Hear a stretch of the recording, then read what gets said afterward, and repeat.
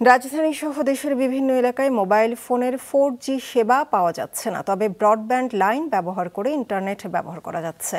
এদিকে আইসিটি প্রতিমন্ত্রী জানিয়েছেন, শিক্ষার্থীদের আন্দোলনকে ঘিরে সামাজিক যোগাযোগ মাধ্যমে স্বার্থান্বেষী মহলের নানা গুজব আর অস্থিতিশীল পরিস্থিতি নিয়ন্ত্রণে রাষ্ট্রীয় নিরাপত্তার স্বার্থে সাময়িকভাবে মোবাইল ইন্টারনেট সীমিত করা হয়েছে।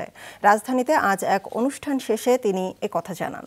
সোশ্যাল মিডিয়াটাকে, প্ল্যাটফর্মটাকে ব্যবহার করে গুজব, মিথ্যা অপপ্রচার করাটাকে একটা অস্ত্র হিসাবে বেছে নিয়েছে একটা গোষ্ঠী, এবং শুধু দেশের ভেতরে না, দেশের বাইরে থেকে কিছু কন্টেন্ট বুস্ট করা হচ্ছে।